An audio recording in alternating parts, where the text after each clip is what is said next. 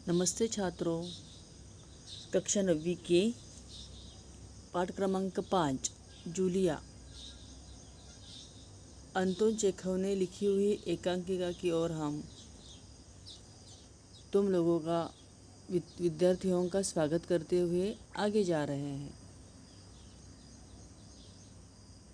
नौकरी पेशा अभिभावकों को अपने बच्चे शिशु पालन केंद्र में रखने पड़ते हैं। इस संदर्भ में यह प्रस्तुत पाठ इस विषय को लेकर एक ही अंक में लेखक ने हमारे सामने रखा है। प्रस्तुत पाठ की विधा है एकांकिका। एकांकिका अर्थ होता है एक अंक में पेश किया हुआ। अभी नौकरी पेशा अभिभावक का अर्थ होता है पेरेंट्स, यानी हमें हमारा साथ संभाल करने वाले हमारे माता पिताजी या अन्य जो कुछ है कोई है उन्हें कहते हैं अभिभावक। यहाँ पर एक गवर्नेंस को लेकर कथा इस एकांकिका की ली गई है, जिस गवर्नेंस को बच्चों का सार संभाल करने के लिए रखा गया है। परंतु यह जो गवर्नेंस है जिसका नाम जूलिया है, यह अन्याय को सहती है। इसका स्वभाव दब्बू और भीरू है। यह अपने अन्याय के प्रति सजग तो है, लेकिन कभी मुंह नहीं खोलती है। जो उसे मिलता है उसी में अपने आप को भाग्यवान समझकर आगे बढ़ती है। देखिए, अब हम इस पाठ के प्रथमतः परिचय की ओर जाएंगे। जन्म हुआ है 29 जनवरी 1860 तगान रोग रूस में और मृत्यु हुई है 15 जुलाई 1904 को। अभी यह जो लेखक हैं, यह लेखक रूसी साहित्यकार अंतोन चेखव कथाकार और नाटककार भी थे। इनकी कहानियों में सामाजिक कुरीतियों का व्यंग्यात्मक चित्रण किया गया है। प्रमुख कृतियाँ a dreary story, the bike, यह उपन्यास है। Anna on neck, a bad business, the bird market, old age, Grisha आदि कहानी, इवानो द चेरी आर्चर्ड आदि नाटक हैं। इसका आकार छोटा होने के कारण गद्य संबंधी में अब हम देख रहे हैं, यह एक ही कथा होती है। इसकी कथा व संवाद आदि से अंत तक रोचक और आकर्षक होते हैं। प्रस्तुत एकांकिका में रचनाकार ने दब्बूपन को त्याग कर अपने अधिकार न्याय के लिए सजग रहने हेतु प्रेरित किया है। अब हम इस पाठ के प्रकट वाचन की ओर एकांकिका की ओर जाएंगे, जो जितना हो सके वह प्रभावी करने का प्रयास मैं करूंगी, जिसे तुम्हें अपनी किताब को सामने लेकर तथा इस वीडियो को सामने लेकर आँखों के सामने इसके पन्ने रखकर समझ कर लेना है। पहले हम इस एकांकिका का संपूर्ण वाचन ही करेंगे। बच्चों की गवर्नेंस जूलिया वत्सल्य देवना आती हैं। जूलिया: आपने मुझे बुलाया था मालिक? हाँ, बैठ जाओ जूलिया, खड़ी मत रहो, गृहस्वामी कहते हैं। उसके बाद जूलिया कहती हैं, शुक्रिया। जूलिया, मैं तुम्हारी तनख्वाह का हिसाब करना चाहता हूँ। मेरे ख्याल से तुम्हें पैसों की ज़रूरत होगी और जितना मैं तुम्हें जान सका हूँ, मुझे लगता है कि तुम अपने आप पैसे भी नहीं मांगोगी। इसीलिए मैं खुद ही तुम्हें पैसे देना चाहता हूँ। हाँ, तो तुम्हारी तनख्वाह 30 रूबल महीना तय हुई थी ना? जी नहीं मालिक, 40 रूबल। मालिक कहते हैं, नहीं भाई, 30। ये देखो डायरी, मैंने इसमें नोट कर रखा है। मैं बच्चों की देखभाल और उन्हें पढ़ाने वाली हर गवर्नेंस को 30 रूबल महीना ही देता हूँ। तुमसे पहले जो गवर्नेंस थी उसे भी मैं 30 रूबल ही देता था। अच्छा, तो तुम्हें हमारे यहाँ काम करते हुए 2 महीने हुए। जी नहीं, 2 महीने 5 दिन। क्या कह रही हो जूलिया? ठीक 2 महीने हुए हैं। भाई मैंने डायरी में सब नोट कर रखा है। हाँ, तो 2 महीने के बनते हैं 60 रूबल।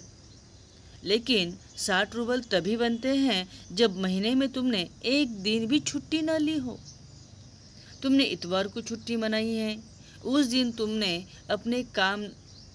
तुमने कोई काम नहीं किया, सिर्फ कोल्या को घुमाने के लिए ले गई हो। और ये तो तुम भी मानोगी कि बच्चे को घुमाने के लिए ले जाना कोई काम नहीं होता। इसके अलावा तुमने 3 छुट्टियां और ली हैं, ठीक है ना? जी, आप कह रहे हैं तो ठीक। गृहस्वामी: अरे भाई, मैं क्या गलत कह रहा हूँ? हाँ, तो 9 इतवार और 3 छुट्टियाँ यानी 12 दिन तुमने काम नहीं किया।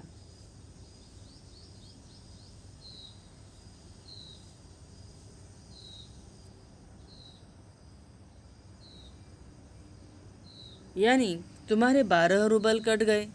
उधर कोल्या 4 दिन बीमार रहा और तुमने सिर्फ वान्या को ही पढ़ाया। पिछले हफ्ते शायद 3 दिन दांतों में दर्द रहा था और मेरी पत्नी ने तुम्हें दोपहर बाद छुट्टी दे दी थी।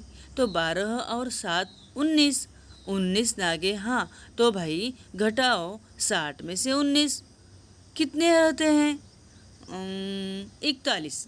41 रूबल, ठीक है जूलिया? जी हाँ। गृहस्वामी: हाँ, याद आया। 1 जनवरी को तुमने चाय की प्लेट और प्याली तोड़ी थी। प्याली बहुत कीमती थी, मगर मेरे भाग्य में तो हमेशा नुकसान ही उठाना ही बदा है।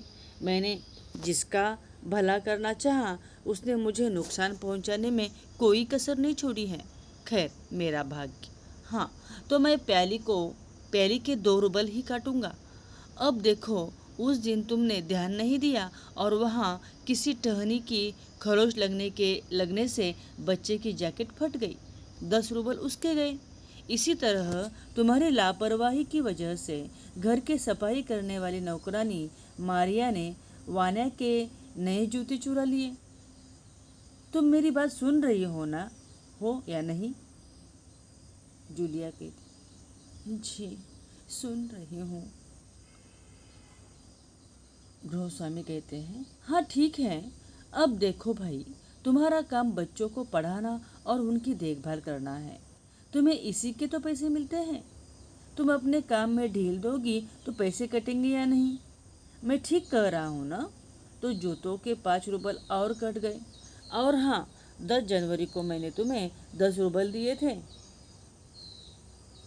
जी नहीं, अपने कुछ नहीं। गृहस्वामी: अरे मैं क्या झूठ बोल रहा हूँ? मैं डायरी में हर चीज नोट कर लेता हूँ। तुम्हें यकीन न हो तो दिखाओ डायरी। आप कह रहे हैं तो आपने दिए ही होंगे। दिए होंगे नहीं, दिए हैं, ठीक है। घटाओ 27 41 में से। बचे 14। क्यों, हिसाब ठीक है ना? जूलिया आंसू पीती हुई कांपती आवाज में कहती: मुझे अभी तक एक ही बार कुछ पैसे मिले थे और वो मुझे मालकिन ने दिए थे, सिर्फ 3 रूबल, ज़्यादा नहीं। और इतनी बड़ी बात तुम्हारी मालकिन ने मुझे बताई तक नहीं। देखो तुम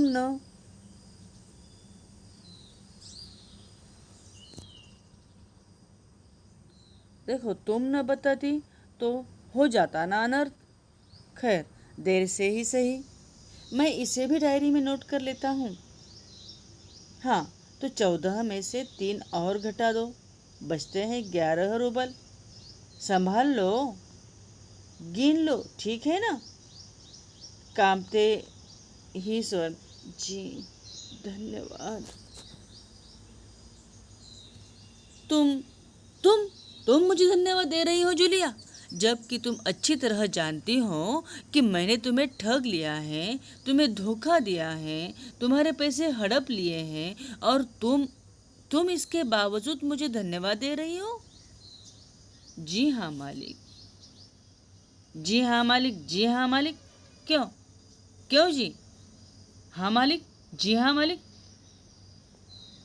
जूलिया कहती है, क्योंकि इससे पहले मैंने जहाँ जहाँ काम किया उन लोगों ने मुझे एक पैसा तक नहीं दिया। आप कुछ तो दे रहे हो। उन लोगों ने मुझे एक पैसा तक नहीं दिया। सॉरी, तो उन लोगों ने तुम्हें एक पैसा तक नहीं दिया। नहीं दिया जूलिया, मुझे ये बात जानकर ज़रा भी आश्चर्य नहीं हो रहा है।